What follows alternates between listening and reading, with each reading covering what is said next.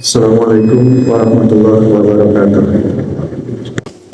Innal hamdalillah nahmaduhu wa nasta'inuhu wa nastaghfiruh wa na'udzu billahi min syururi anfusina wa min sayyiati a'malina may yahdihillahu fala mudilla lahu wa may yudlil fala hadiya lahu. Asyhadu an la ilaha illallah wa asyhadu anna Muhammadan abduhu wa rasuluh. Qala Allah Ta'ala fil Qur'anil Karim, a'udzu billahi minasyaitonir rajim. Ya ayyuhalladzina amanu taqullaha haqqa tuqatih. Ikhwatul iman yang dimuliakan Allah Subhanahu wa taala, ketakwaan merupakan sesuatu kebutuhan yang senantiasa harus ada di dalam diri kita di setiap waktunya. Dikarenakan memang Allah Subhanahu wa taala memerintahkan kepada kita untuk senantiasa bertakwa. Dalam surat Ali Imran ayat 102 tadi Allah berfirman, ya ayyuhalladzina amanu taqullaha haqqa tuqatih. Wahai orang-orang yang beriman, bertakwalah kepada Allah dengan sebenar-benarnya takwa. Maka di sini Allah Subhanahu wa taala memerintahkan kepada kita bukan hanya sekedar takwa, tapi dengan sebenar-benarnya takwa. Ketika kita melaksanakan perintah dari Allah, jangan hanya sekedar melaksanakan, tapi kita pun harus melaksanakan perintah Allah dengan sungguh-sungguh. Sebagaimana ketika kita diperintahkan oleh Allah Subhanahu wa taala untuk melaksanakan sholat, maka jangan sampai ketika kita melaksanakan sholat itu kita hanya menggugurkan kewajiban saja. Karena kalau kita melaksanakan sholat hanya untuk menggugurkan kewajiban saja, tentu saja sholat yang kita lakukan itu akan asal-asalan. Yang penting sholat. Tapi kalau kita melaksanakan sholat dan kita melaksanakan sholat itu dengan sungguh-sungguh, maka ketika kita sholat dengan sungguh-sungguh, kita pun akan memperhatikan segala sesuatu yang berhubungan dengan sholat tersebut, agar sholat tersebut sah, agar sholat tersebut diterima oleh Allah Subhanahu wa taala. Sebagaimana yang Allah kisahkan mengenai dua orang anak Adam, yaitu Qabil dan juga Habil, yang mana Allah Subhanahu wa taala perintahkan kepada dua orang anak Adam ini untuk mempersembahkan sesuatu kepada Allah. Maka Qabil, dikarenakan dia adalah seorang petani, maka dia pun akan mempersembahkan untuk Allah dengan hasil taninya. Sedangkan Habil, karena dia adalah seorang peternak, maka dia akan mempersembahkan kepada Allah dari hasil ternaknya. Dan ketika keduanya memilih, Qabil memilih yang akan dipersembahkan untuk Allah, Habil mempersembahkan sesuatu untuk Allah. Kalau Qabil ternyata memilih untuk Allah itu sesuatu yang buruknya, sesuatu yang sisanya. Sedangkan Habil, dia memilihkan untuk Allah dari hasil ternaknya yang paling baik. Maka ketika keduanya mempersembahkan kepada Allah, maka yang Qabil ditolak dan yang Habil diterima oleh Allah Subhanahu wa taala. Kenapa yang Qabil ditolak? Yang Qabil ditolak karena Qabil itu mempersembahkan untuk Allah sesuatu yang buruknya, sesuatu yang sisanya. Dia berpikir yang penting melaksanakan perintah Allah, yang penting dia mempersembahkan sesuatu kepada Allah. Sedangkan Habil, dia itu diterima persembahannya oleh Allah Subhanahu wa taala karena Habil memberikan kepada Allah sesuatu yang terbaiknya. Habil yakin kalau dia berbuat baik, kalau dia memberikan yang baik untuk Allah, maka Allah pun akan membalasnya dengan yang baik pula dan berlipat ganda. Apabila memberikan yang terbaik, pasti Allah pun akan membalasnya dengan yang terbaik pula dan berlipat ganda. Oleh karena itu, Habil memberikan untuk Allah yang terbaiknya, dan tentu saja itu diterima oleh Allah Subhanahu wa taala. Maka ibadah iman yang dimuliakan Allah, kita harus senantiasa melaksanakan ibadah, kita harus senantiasa beramal untuk Allah Subhanahu wa taala, yang amalnya itu yang terbaiknya, yang perintahnya itu kita kerjakan dengan sungguh-sungguh, dengan niat supaya diterima oleh Allah Subhanahu wa taala. Ikhwatul iman yang dimuliakan Allah Subhanahu wa taala, Nabi Ibrahim alaihissalam Beliau diperintahkan oleh Allah Subhanahu wa taala dengan sesuatu yang sangat berat, yaitu Nabi Ibrahim diperintahkan oleh Allah untuk menyembelih anaknya sendiri. Padahal anaknya yang bernama Ismail itu adalah seorang anak yang sangat diinginkan oleh Ibrahim, karena sebelumnya Nabi Ibrahim itu menikah dengan Siti Sarah dan tidak dikaruniai anak, lalu menikah dengan Siti Hajar, dan dengan Siti Hajar dikaruniai anak yang bernama Ismail. Lalu Ismail pun tumbuh menjadi pria yang dewasa, pria yang dia itu berbakti kepada kedua orang tuanya.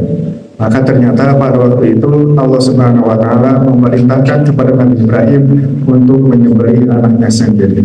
Maka hal ini adalah perintah yang sangat berat yang harus dilakukan oleh Nabi Ibrahim alaihissalam.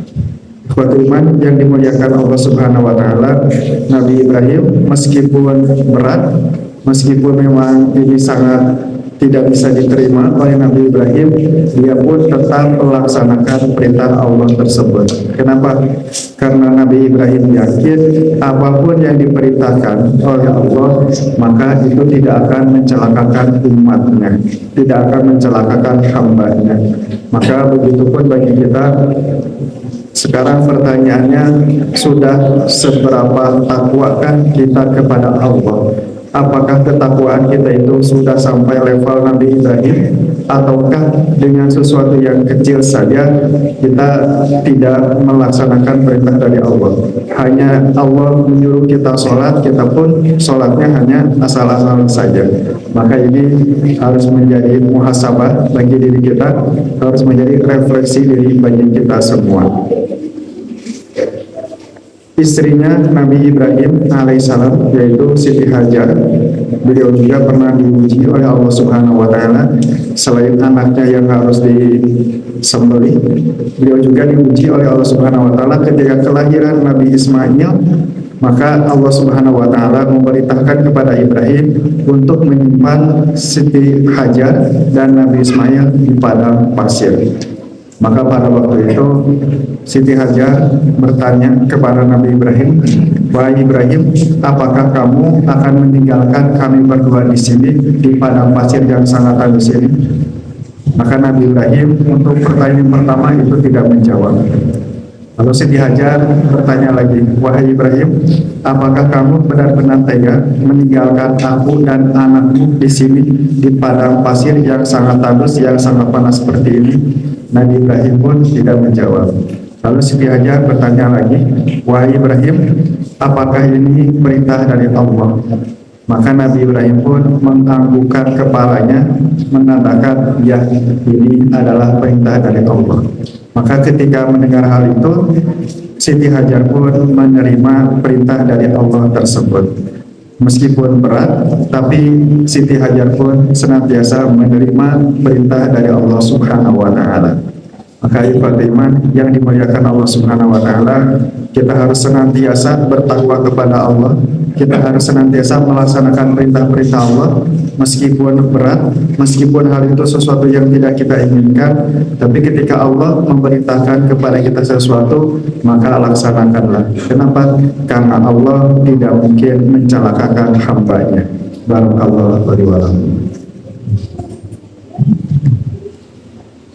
Alhamdulillahilladzi arsala rasulahu bil huda wa dinil haqq liyudhhirahu 'ala dini kulli wa kafa billahi shahida.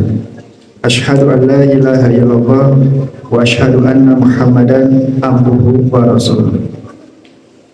Ikhwatul iman yang dimuliakan Allah Subhanahu wa taala, Allah menjanjikan bagi orang-orang yang bertakwa kepada Allah, bagi orang-orang yang senantiasa melaksanakan perintah Allah dengan sungguh-sungguh, dengan jaminan bahwasanya dia akan diberikan solusi dari setiap permasalahannya dan diberikan rezeki dari arah yang tidak terduga. Dan hal itu tercantum dalam surat At-Talaq ayat 2-3. Wa may yattaqillaha yaj'al lahu makhrajan wa yarzuqhu min haitsu la yahtasib. Barang siapa yang bertakwa kepada Allah, maka Allah akan memberikan solusi dari setiap permasalahannya dan memberikan rezeki dari arah yang tidak terduga. Maka ikhwatul iman yang dimuliakan Allah Subhanahu wa taala, Allah pun memberikan contoh yang sangat luar biasa kepada kita semua dengan para nabi, yaitu salah satunya Nabi Ibrahim alaihissalam. Nabi Ibrahim alaihissalam, beliau itu pernah dibakar dengan api yang sangat besar. Tapi pada waktu itu Nabi Ibrahim alaihissalam yakin bahwasanya ketika dia melaksanakan perintah dari Allah, maka Allah pun akan menyelamatkan dirinya. Pada waktu itu ketika Nabi Ibrahim alaihissalam sedang dibakar dengan api yang sangat besar, dengan api yang sangat panas, maka Allah pun berkata kepada api tersebut, "Ya nar kuni bardan wa salaman ala Ibrahim." Wahai api, jadilah dingin dan menyelamatkan Ibrahim. Maka pada waktu itu meskipun apinya sangat besar, apinya sangat panas, ternyata tidak ada satu helai pun baju dari Nabi Ibrahim terbakar. Kenapa? Karena Allah Subhanahu wa taala telah mendinginkan api tersebut dan menyelamatkan Nabi Ibrahim alaihissalam.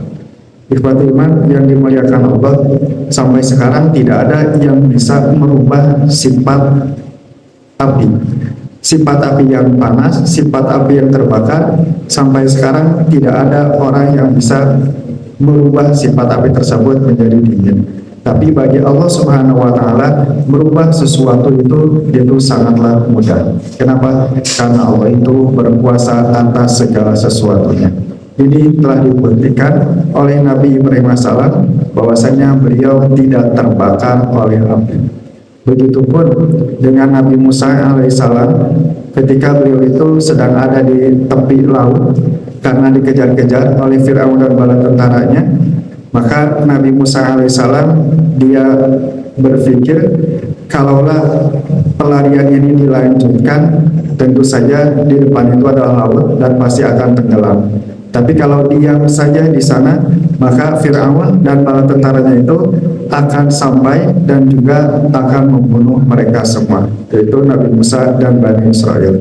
Pada waktu itu Nabi Musa dia yakin dia punya Allah. Karena dia sedang melaksanakan perintah dari Allah, maka Allah pun akan menolongnya. Maka Nabi Musa berdoa dan Allah pun menjawab doa Nabi Musa tersebut dengan memerintahkan supaya Nabi Musa mengumpulkan tongkatnya ke lautan. Ketika Nabi Musa mengumpulkan tongkatnya ke lautan, tiba-tiba lautan itu terbelah menjadi dua. Ikhwatul iman yang dimuliakan Allah, lautan itu sangat luas dan juga sangat dalam. Tapi ternyata bagi Allah Subhanahu wa taala untuk membelah lautan itu sangat mudah. Kenapa? Karena Allah itu berkuasa atas segala sesuatunya. Maka sekarang pertanyaannya bagi kita, ujian sebesar apakah yang Allah berikan kepada kita? Maka kalau ujian kita tidak setingkat dengan Nabi Ibrahim, tidak setingkat dengan Nabi Musa, maka kita harus lebih bersabar, harus lebih bertakwa kepada Allah Subhanahu wa taala. Kenapa? Karena ternyata ujian-ujian yang Allah berikan kepada kita itu tidak semengerikan, tidak sehebat yang diberikan kepada para nabi. Ujian-ujian yang diberikan kepada kita ujian yang ringan, tapi seringkali kita merasa sangat berat. Ketika kita merasa sangat berat, maka ingatlah hanyalah Allah yang bisa membantu kita. Dan kita bisa ingat bahwasanya hanya Allah yang bisa membantu kita apabila kita bertakwa kepada Allah. Oleh karena itu, ketakwaan ini harus senantiasa kita jaga setiap harinya, setiap waktunya. Karena tidak ada yang bisa menolong kita kecuali Allah. Seperti itu yang bisa disampaikan. Mudah-mudahan kita menjadi orang yang senantiasa bertakwa dengan sebenar-benarnya takwa. Rabbana atina fid dunya hasanah wa fil akhirati hasanah wa qina adzabannar. Wassalamualaikum warahmatullahi wabarakatuh.